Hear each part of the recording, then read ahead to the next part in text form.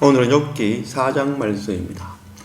어제 3장 말씀은 욥의 이야기, 자기 생일을 저주하는 욥의 이야기를 들은 그의 친구 대만 사람 엘리바스가 그에 대한 반박의 이야기가 4장 5장 말씀에 이어집니다.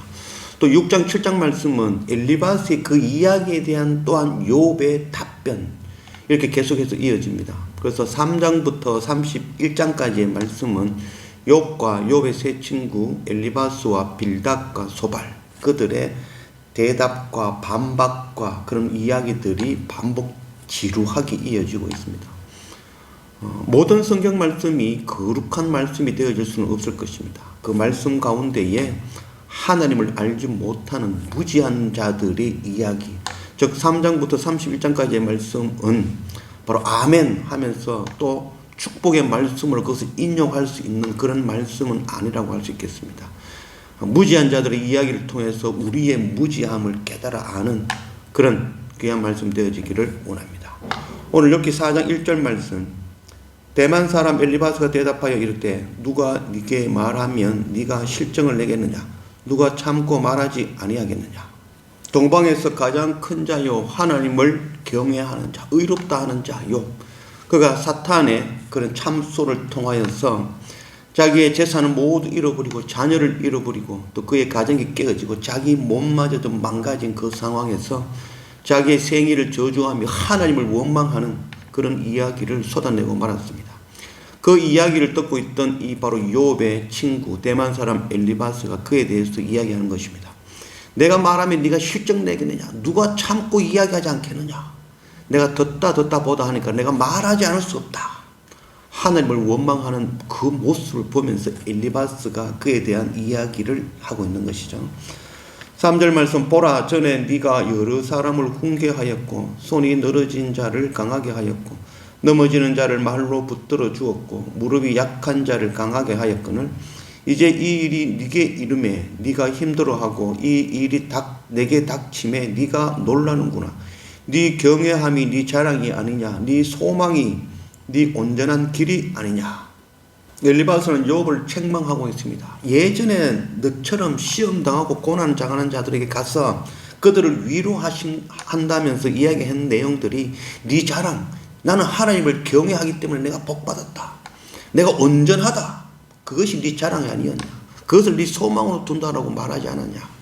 그래서 그 사람들에게 힘준다 하면서 네 자랑만 늘어놓더니 지금 네가 그 꼴을 당하고 있구나 라고 이야기하고 있는 거죠. 7절 말씀, 생각하여 보라, 죄 없이 망한 자가 누구인가, 정직한 자의 끊어짐이 어디 있는가. 내가 보건대 악을 밭갈고 독을 뿌리는 자가 그대로 거두나니 다 하나님의 입기운에 멸망하고 그의 콧김에 사라지느니라.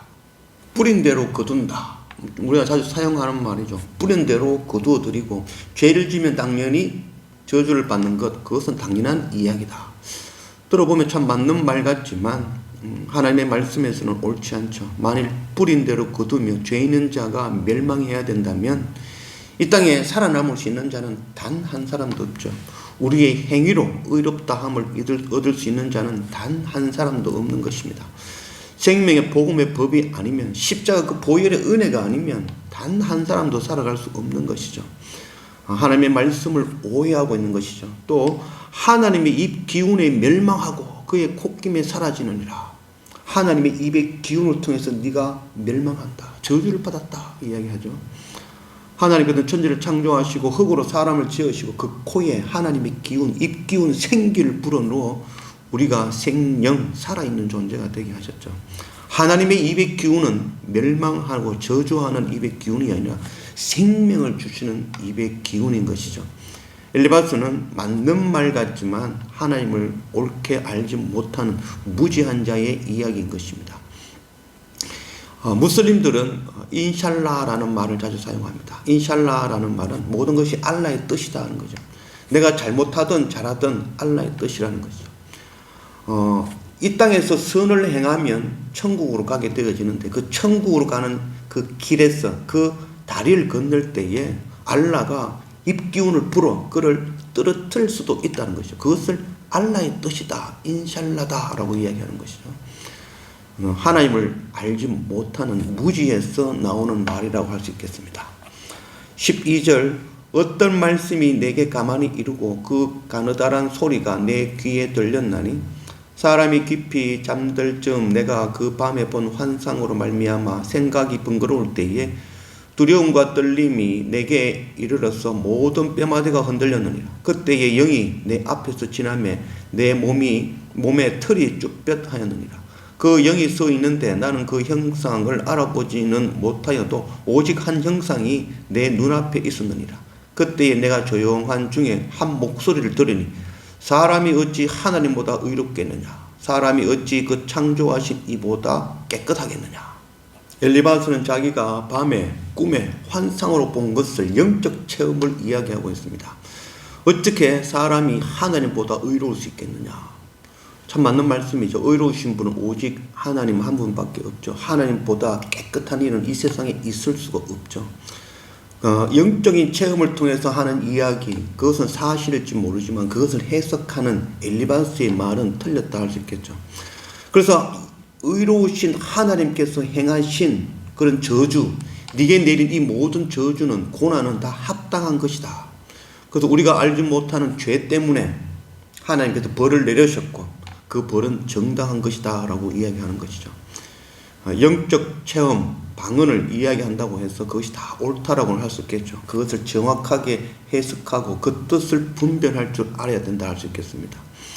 사도 바울이 3차 선교 여행을 마치고 예루살렘으로 돌아가려고 할 때에 그의 형제들이 환상을 보게 되죠. 그 환상은 예루살렘에서 사도 바울이 착고에 잡히는 그런 모습을 환상으로 보게 되어지죠. 그래서 그 환상을 통하여 사도 바울이 예루살렘에 가려는 것을 만류하게 되어지죠.